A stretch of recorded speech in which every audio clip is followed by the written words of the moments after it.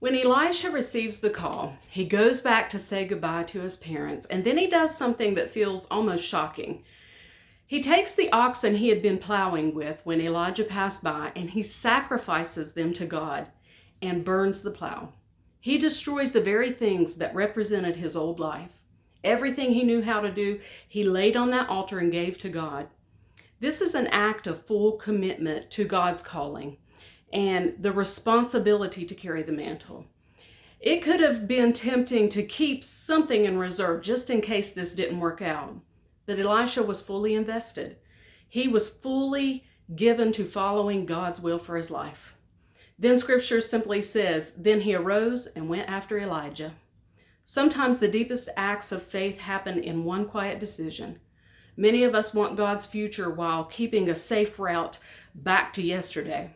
And I don't say that with judgment. I know how precious my yesterdays were and the struggle and heartache that came with moving on. But there are moments where surrender costs something. Moments where obedience asks us to lay down familiarity so we can step into trust. Because faith doesn't stand with one foot in the past and one foot in the promise. Sometimes faith burns the plow and keeps walking. Faith is what I would describe as a promising challenge, because God's invitations are rarely comfortable. They call us higher. They stretch us beyond what comes natural. They require more of us. But his invitations are always filled with purpose. The obedience required to lay it down, give it to God, and walk into the complete unknown, none of that's easy. It comes with a lot of grief, to be honest.